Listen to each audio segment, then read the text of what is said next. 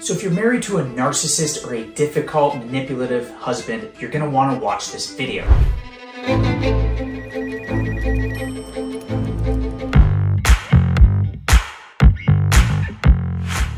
I'm a board-certified divorce lawyer, and I just finished watching one of my law partners try a fairly difficult case, and when I watched my client walk out of that courtroom, thankfully with some relief, it reminded me of a couple things that I wish a lot of women knew before they started down the road of what is a difficult divorce. I'm going to give you my biggest divorce shockers and then the fixes to deal with them. So divorce shocker number one, when you're divorcing a narcissist or a difficult person, sometimes for them, it is just all a game. They really don't care what happens. They'll burn it all to the ground. They could care less. The sooner you realize that, the better you're gonna be.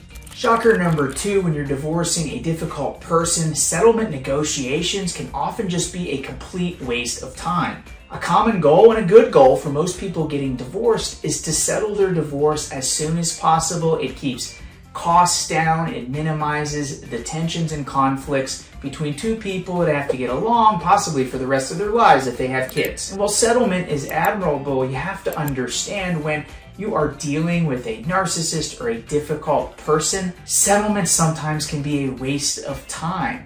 You'll spend more time, effort, and energy trying to settle with somebody who never will than you would just getting the case over with. Divorce shocker number three, with some of these narcissists, the lies that they tell you during the relationship just become the lies that they advance during the case, which are the same lies that they tell when they testify at trial, sometimes even through their lawyer.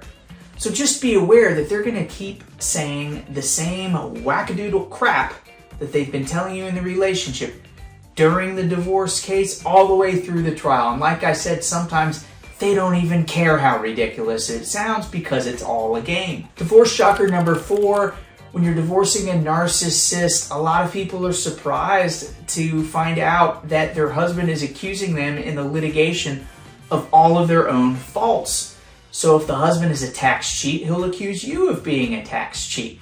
If your husband was the one having the affairs, he'll say the philanderer was you. Is somebody trying to manipulate the kids? Well, he'll say it's you if it's really him. That's just how it's going to go.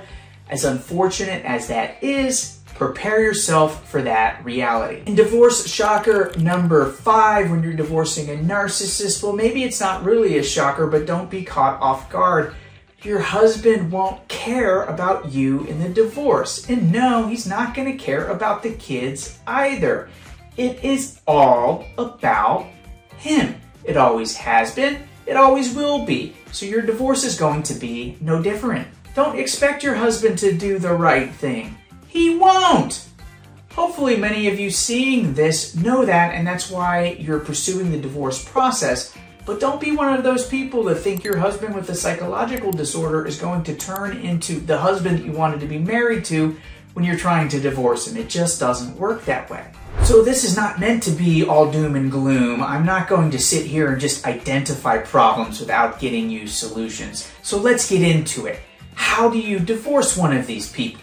What do you really need to know? I think it boils down to 5 things to set yourself up for success. And yeah, there could be more, but keep it simple. The simpler, the better. Divorce tip number 1. Remember why you're doing this. You're getting divorced for a reason. You need and deserve a better life. You need to set a better example for your family, for your kids, for the people who look up to you. You need to break the cycle. If you remember all of this, all the other problems in the divorce will start to become insignificant. Keep your eyes on the why you're doing this. And if you're watching this and you're not sure about why you should be getting divorced, well, you should be talking to a really good therapist, possibly even a marriage counselor first. Don't go through this process if it's not the right decision for you. Tip number 2, when you're divorcing a narcissist or difficult husband, get ready before the divorce for the worst and just expect it to be messy. Think about it this way. If you're in the bottom of hell, you're not going to get out unless you climb through hell a little bit. It could be a little bit ugly. Not because you're not organized, not because your lawyer doesn't know what they're doing, but because of the person you're married to. Come on now, do you think they're going to make this easy? So the way to deal with this is in advance, get a connection with a really good therapist or coach, or if you have a really good family support network or close circle of friends, lean on them to keep you grounded. This is one of those areas where I really recommend getting somebody professionally trained to help you, especially because they have to keep quiet about what you discuss, whereas sometimes friends can gossip. But get those relationships and that support system set up before you start the process. And when you go into the divorce, do it with eyes wide open to the fact that it's not going to be simple. Divorce tip number 3, when you're married to a narcissist or difficult person, have a legal strategy that prepares your case for court from the very beginning. Narcissists, difficult negotiators, make it hard to settle. Don't set up your legal strategy to be dependent on your husband doing what he's just not going to do, which is compromise early. So what you have to do, have your lawyer prepare your case for trial. If your husband is business-minded, he's going to see that you and your attorney are doing the things you need to do to get the case over with in court. And if he's going to settle, it's going to be when he sees that that's what you're doing under the pressure of litigation.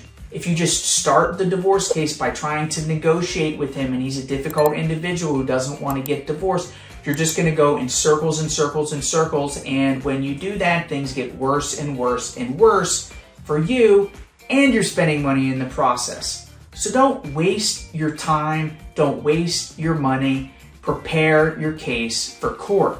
The best way to avoid trial with one of these people is to prepare for it, and that starts at the very beginning if you're doing things right. Divorce tip number 4, when you're getting away from a narcissist or a difficult person, don't take their bait and start acting crazy.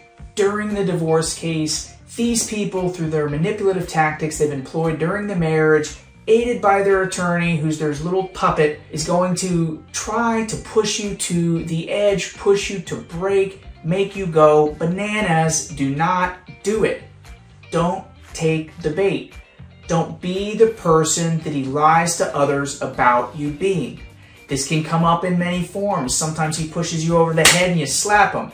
Sometimes it results in you going and leaning on substances. Sometimes it's poor decision-making with children, all under the stress that he causes. Don't take the bait. This is easier said than done. And when you have that support network, when you have your drive and purpose as to why you're getting divorced, when you have your eyes wide open as to what your husband's going to do, it's easier to see this stuff as a manipulative tactic and avoid it. Just remember though, even the best prepared women are usually faced with a couple times during the divorce where they're literally on the edge of snapping. Don't overreact. It'll make things harder. A divorce tip from a narcissist number 5, come up with your own theme and theory of your marriage and your divorce to counteract the one your husband is pushing. Great trial lawyers will always be coming up with a theme and a theory of your case. Work with them to develop that theme and theory.